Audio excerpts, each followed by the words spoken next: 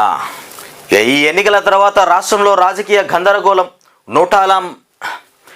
ఈ ఎన్నికల తర్వాత రాష్ట్రంలో రాజకీయ గందరగోళం 104 మంది ఎమ్మెల్యేలు ఉంటేనే మా ప్రభుత్వాన్ని కూల్చేందుకు భాజపా యత్నం చేసింది.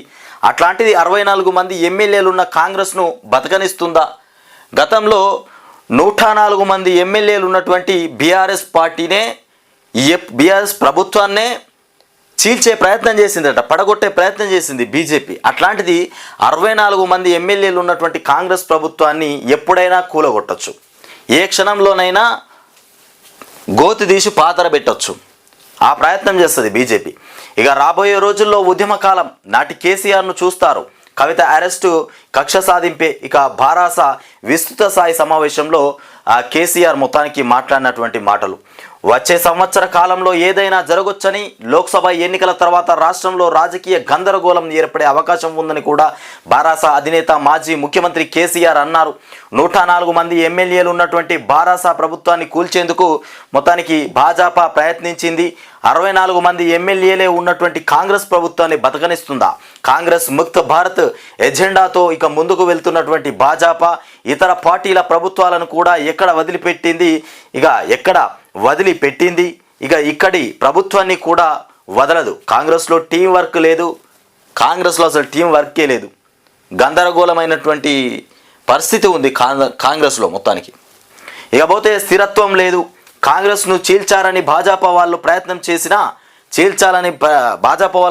చేసినా ఇక కరుడు గట్టినటువంటి నేతలు వెళ్ళరు. అలా జరిగితే భారాసాకు మద్దతిస్తామని కొందరు కాంగ్రెస్ నేతలు నాతో చెప్పారు. ఇక ఎంఐఎం కూడా వెళ్ళదు. ఏ రాజకీయ గందరగోళం ఏర్పడినా భారాసాకే మేలు జరుగుతుంది. మొత్తానికి ఇట్లా ఉంది.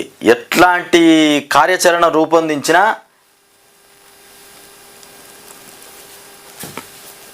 మేలు జరిగేది కేసీఆర్కే. ఇక భవిష్యత్ ఎన్నికల్లో భారాసదే విజయం. ఇక పార్టీ నాయకులు స్థిర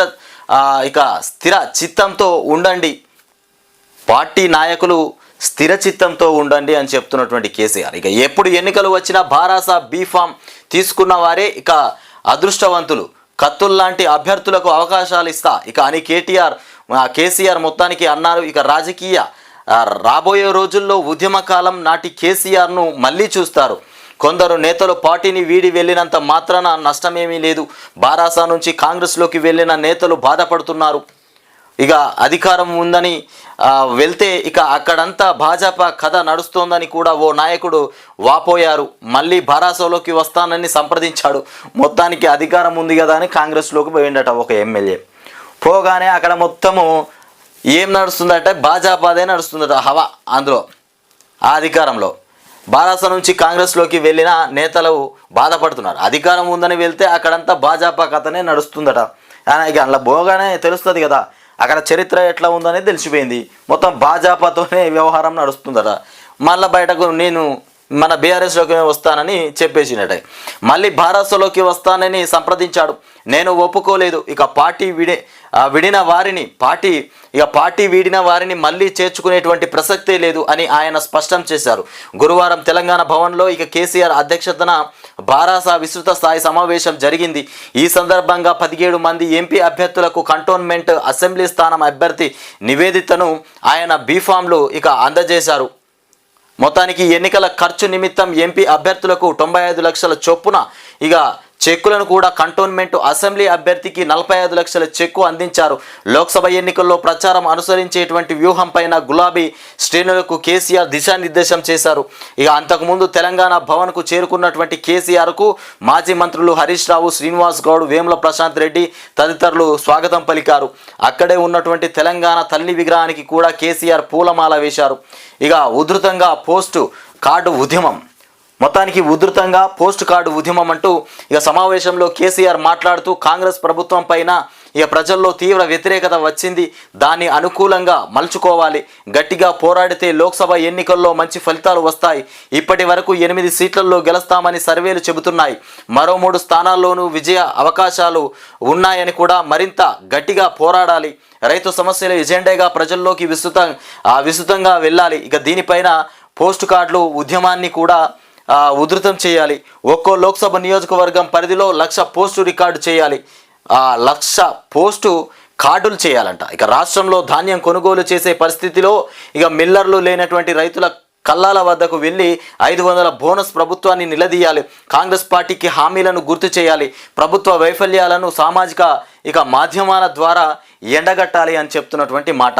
ఇక పోతే భాజపాకు ఎందుకు ఓటేయాలి, లోక్సభ ఎన్నికల్లో భాజపాకు ఎందుకు ఓటేయాలో ఇక ఎక్కడికక్కడ నిలదీయాలి. ఇక ఒకటి డాలర్ విలువను 83కు పెంచినందుక, లేకపోతే కృష్ణానదిపై ప్రాజెక్టును కేఆర్ఎంబీకి అప్పగించినందుక, 7 మండలాలను ఆంధ్రాలో కలిపినందుక, రైతుల మోటార్లకు మీటర్లు పెట్టాలని ఒత్తిడి తెచ్చినందుక, ఇక ఒక్క వైద్య కళాశాల నవోదయ పాఠశాల కూడా ఇవ్వనందుక ఆ పార్టీకి ఎందుకు ఓటేయాలి?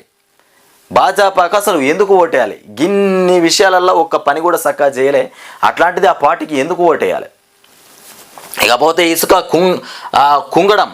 కుంగడం వల్లే మేడిగడ్డ సమస్య ఏర్పడింది. మేడిగడ్డ ఆనకట్ట వద్ద ఇసుక కుంగడం వల్లే సమస్య ఏర్పడింది. ఇంజనీరింగ్ నిర్ణయాలు అన్నీ అయ్యాక చివరి మంత్రివర్గం వద్దకు వస్తుంది. నిర్మాణ వ్యవహారాలన్నీ ఇంజనీర్లు చూసుకోవాలి. ఇక ప్రతిదీ పై స్థాయిలో జరగదు. చిన్న సంఘటనను అడ్డం పెట్టుకొని ఇక అక్కడేదో జరిగిపోయినట్లు ఇక గడబిడ చేస్తూ ఏదో చేస్తామంటే ఎలా? ఇక కాళేశ్వరం ప్రాజెక్టులో 3 పియర్లు కుంగిపోతే మొత్తం ప్రాజెక్టు కూలిపోయిందని అబద్ధాలు ఇక కట్టుకథలతో ప్రజలను ఇన్నాళ్ళు మోసం చేసిన కాంగ్రెస్ ప్రభుత్వం ఇక కాఫర్ డ్యాము కట్టాలని కూడా నిర్ణయించటం భారాస సాధించినటువంటి విజయమే అని చెప్తున్నటువంటి కేసీఆర్. ఇక బిఎల్ సంతోష్ పైన కేసు పెట్టడంతో మోదీ కక్ష. ఇకపోతే భారాస ఎమ్మెల్సీ కవిత అరెస్టు ముమ్మాటికి అక్రమం, ఎలాంటి ఆధారాలు లేకుండా అరెస్టు చేశారు. గతంలో భారాస ప్రభుత్వాన్ని కూల్చేందుకు భాజపా జాతీయ నాయకుడు బిఎల్ సంతోష్ ప్రయత్నించారు. ఇక ఆయన కేసు నమోదు చేసి నోటీసులు పంపించాం. భాజపా కేంద్ర కార్యాలయానికి నోటీసులు ఇవ్వడానికి రాష్ట్ర పోలీసులు వెళ్ళారు. ఆ క్రమంలోనే భారాస పైన మోడీ కక్ష కట్టారు. ఇక కవితను కుట్రపూరితంగా మనీ లాండరింగ్ ఇక కేసులో ఇరికించారు. ఇక బిఎల్ సంతోష్ పైన మనం కేసు పెట్టకపోయి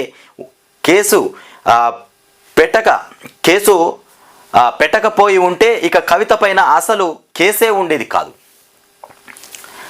ఇక నదీ జలాలపైన భాజపా కుట్ర బన్నుతోంది. ఇక అటు చూసుకుంటే గోదావరి నది పైన ఇచ్చంపల్లి వద్ద ప్రాజెక్టు కట్టి కర్ణాటక, తమిళనాడు రాష్ట్రాలకు నీళ్లను తరలించేందుకు భాజపా కుట్ర చేస్తోంది.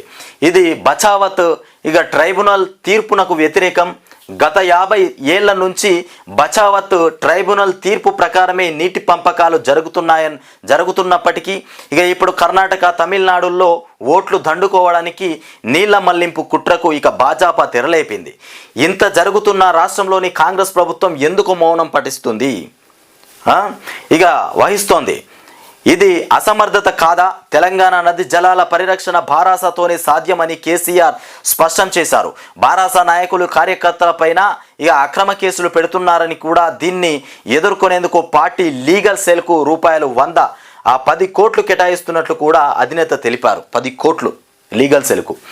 22 నుంచి ఉదయం పొలంబాట, సాయంత్రం రోడ్ షోలు. 22 నుంచి ఉదయం పొలంబాట బట్టి సాయంత్రం రోడ్ షోలు. ఈ నెల 22 నుంచి 2-3 వారాల పాటు రోడ్ షోలు, బస్సు యాత్రలు నిర్వహించాలని కూడా భారాస అధిష్టానం నిర్ణయించింది. ఉదయం 11 గంటల వరకు పొలం బాట కార్యక్రమం ఉంటుంది. పంటలను పరిశీలించడం, రైతుల కష్టాలను తెలుసుకొని వారిని ఓదార్చడం వంటి కార్యక్రమాలు ఉంటాయి. సాయంత్రం నుంచి ఒక్కో లోక్సభ నియోజకవర్గం పరిధిలో 2-3 చోట్ల రోడ్ షోలు, కార్నర్ మీటింగులు నిర్వహిస్తారు. వరంగల్, ఖమ్మం, మహబూబ్ నగర్లలో 1,00,000 మందితో భారీ బహిరంగ సభలు కూడా ఏర్పాటు చేస్తామని చెప్తుండ్రు. మొత్తానికి కేసీఆర్ మాటలు ఇట్లా ఉన్నాయి. కేసీఆర్ చెప్పిన విధానాలు ఈ రకంగా ఉన్నాయి. ఈ ఎన్నికల తర్వాత రాష్ట్రంలో రాజకీయ గందరగోళం ఏర్పడుతుంది. ఇదంతా కాంగ్రెస్ చేసినటువంటి కథ. ఇలా కాంగ్రెస్ పార్టీ దుర్మార్గమైనటువంటి పరిస్థితులు ఇవాళ తెలంగాణ రాష్ట్రానికి తీసుకొచ్చింది. రాష్ట్రంలో మొత్తం దుర్భరమైనటువంటి పరిస్థితి, దారిద్రమైనటువంటి దారిద్రపు రేఖ జీవితాన్ని తీసుకొచ్చింది ఇవాళ కాంగ్రెస్ ప్రభుత్వం. కాంగ్రెస్ ప్రభుత్వాన్ని తీసుకొచ్చుకోవడమే మన నెత్తిలో పెద్ద శని పెట్టుకున్నట్టు అయిపోయింది ఇక.